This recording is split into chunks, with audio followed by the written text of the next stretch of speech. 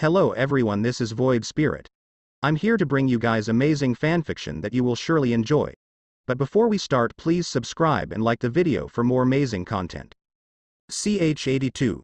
Reunion. Shizuku's body was covered in a white cocoon and the voice of the world was announcing her awakening. What the hell is happening, Shizuku? Kuki said as he tried to get where Shizuku was, but he was immediately got stopped by Hajime. Stop, Amanogawa, Hajime said. What are you saying, Nagumo? She could be in danger, Kuki said while Suzu was also worried about Shizuku. If she was in danger, my brother will be the one to move first to save her, Hajime said. But just stop and watch, idiot, Sakura said. What? Kuki asks in surprise. She's not in danger, she is just awakening her powers, that's all, Chloe said with an excited expression. Awakening? Suzu asked. Just imagine you were getting awakened after getting asleep, Chloe replied. Hajime and the others just nodded at Chloe's words and continued to watch how the situation plays out. Everyone was calm except for Suzu, Kuki, and Ryotaro. Notice. Starting the reawakening of the individual Shizuku Yegashi. Reawakening all of the skills that reside in the individual's body successful. Unique skill Great Sage awakened, unique skill Blazing One awakened, unique skill Purgatory awakened, unique skill Degenerate, successful reawaken. Moving on, reacquiring all extra skills and resistance successfully. Notice. The individual had acquired a hero's egg successful. Report. All requirements had been met to evolving to a true hero. The Heroes Festival will now commence. Starting evolution from to human hero successful. Rebuilding the individual's spiritual and material body successful. The individual can now change between material and spiritual body.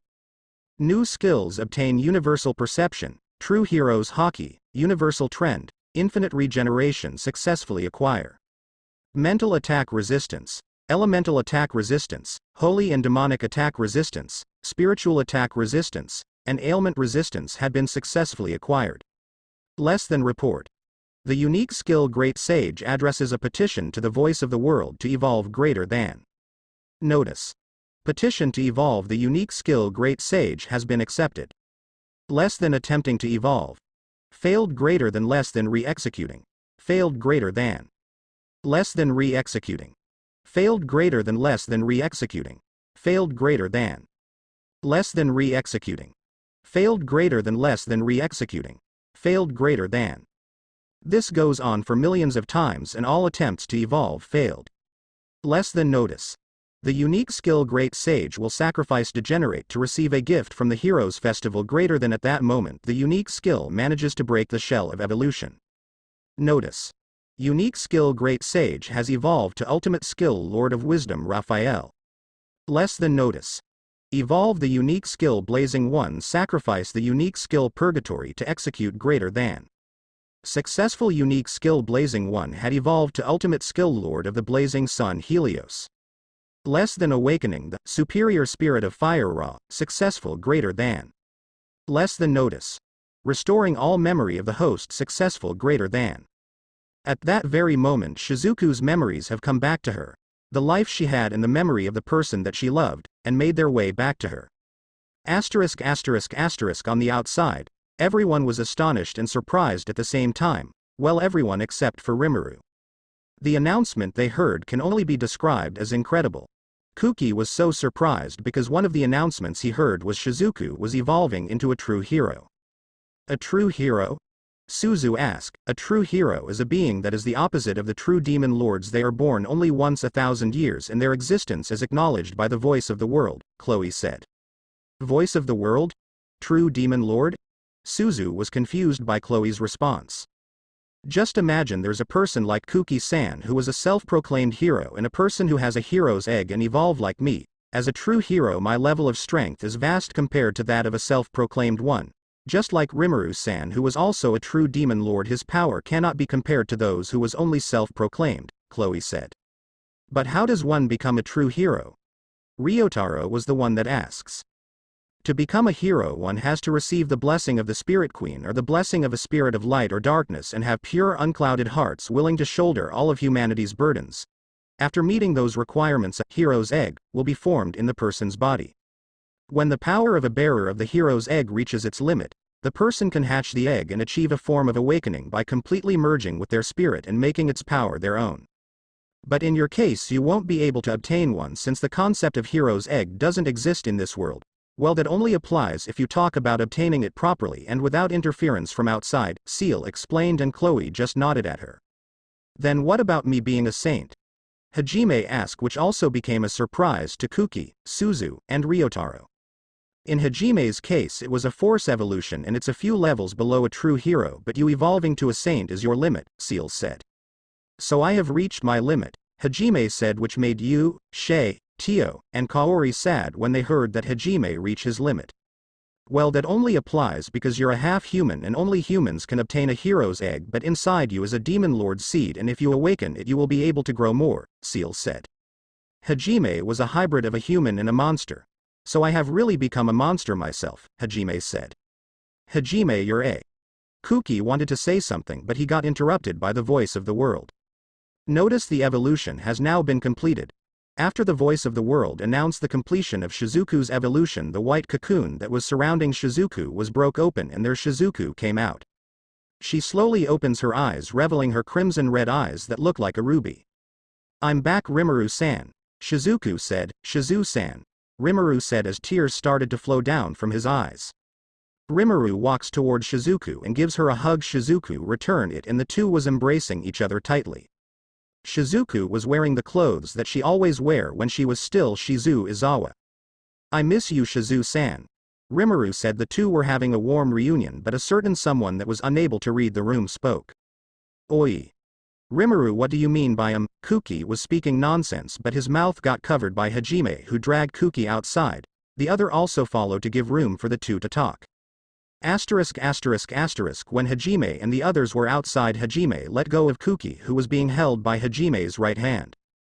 Oi, why did you drag me out here, Nagumo? Kuki asked, seemingly angry.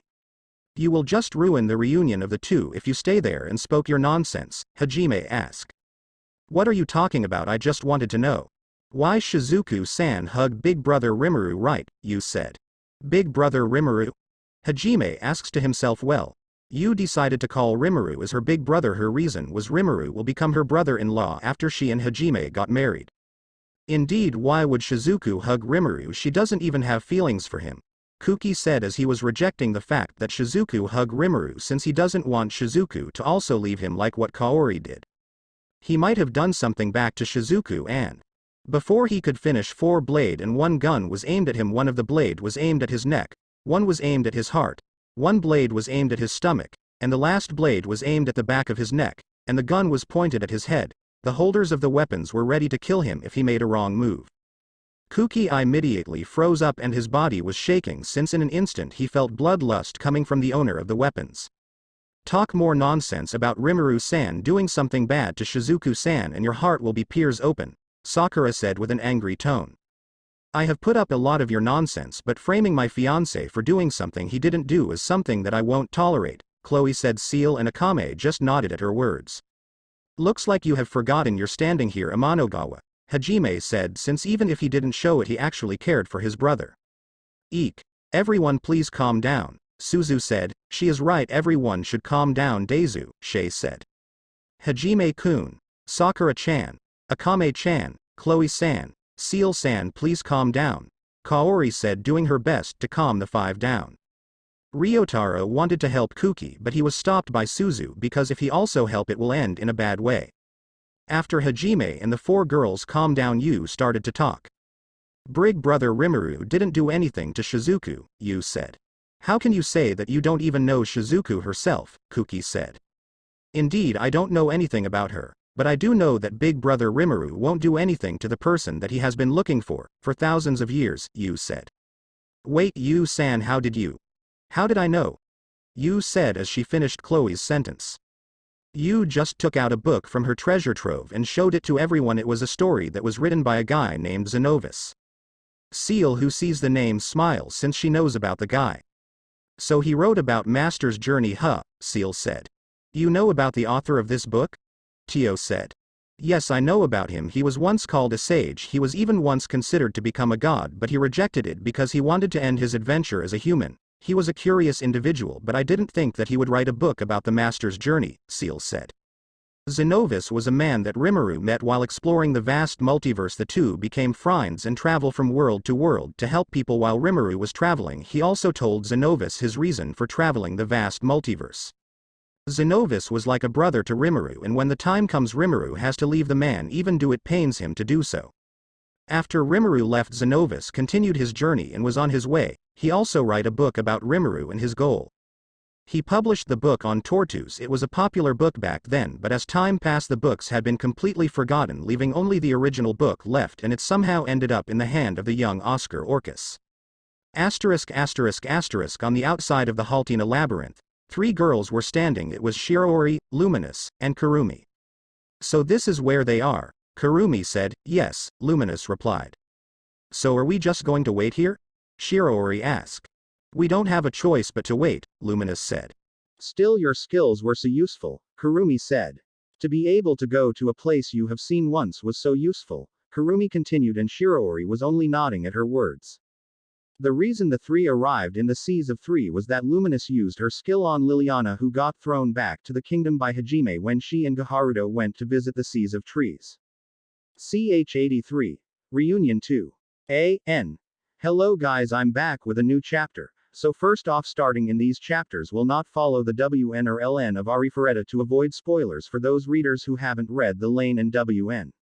Second, Rimuru, Hajime, and their party will still go to the Frost Caravans, but the challenges will be different for them. That's all. Thanks now to the story. Asterisk. In the middle of the room, 2 individuals are seen hugging each other. One is a girl with black hair and crimson red. Yes, the girl was hugging a boy with silver blue hair. "Shizu-san, I miss you so much," Rimuru said while crying in Shizuku's chest. "I miss you too, Slime-san." "No, Rimuru-san," Shizuku said while embracing Rimuru tightly. "Sorry you have to suffer because of me, Rimuru-san," Shizuku said. "You know about?" Rimuru wanted to ask, but he was stopped by Shizuku. "I know about it since I remember the day that you said that the only way to save me was to find my reincarnation. So after you left I sealed all of my powers along with my memory to my ultimate skill," Shizuku said. After a while the two talks to each other. "Shizu, I promise I will protect you this time and I'm not going to lose you again," Rimuru said, which made Shizuku blush. "I will also do my best for Rimuru-san," Shizuku replied. "But how should I address you? Should I call you Shizu or Shizuku?" Rimuru asks Shizuku. "Just call me Shizuku, that's my new name, right?" Shizuku said. "Alright, let's go with the others," Rimuru said, which Shizuku nodded. After they went outside they saw Hajime and the others. Shizuku was wearing her clothes. Shiwen was still Shizu Aizawa.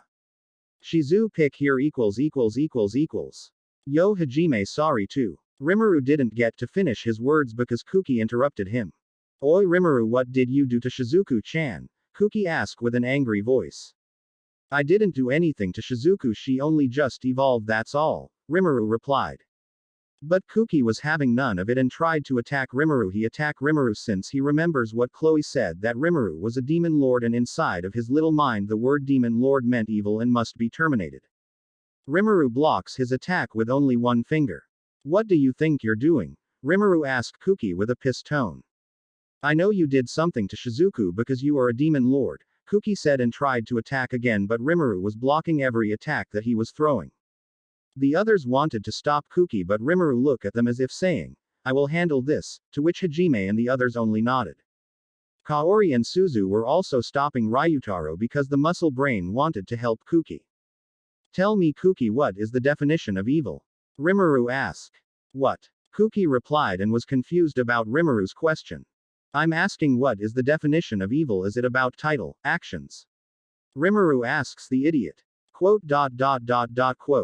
Kuki didn't answer, not because he was thinking of an answer, it's because he didn't know how to define evil. "See, you can't answer my question. You attack me because of my title, you attack me because you thought that I did something to Shizuku," Rimuru said. "If you didn't do anything to her, then why is she holding your hands?" Kuki asked. On Kuki's replied, Rimuru just let out a confused look. Rimuru could actually kill Kuki but decided not to, since the guy can be useful if he just manages to see the world and what's happening around him from a bigger point of view. Kuki-kun, Rimuru didn't do anything to me, I just awaken who I really am and please stop acting like a spoiled child, Shizuku said. But, Kuki wanted to speak again but Suzu stopped him. After a while, Rimuru and Shizuku walked toward Hajime and the others. Welcome back Shizu-sensei, Chloe said while hugging Shizuku. There's a lot of questions I wanted to ask but let's get out of this labyrinth first, Hajime said Rimuru, and the others nodded. After a while, they got out of the labyrinth.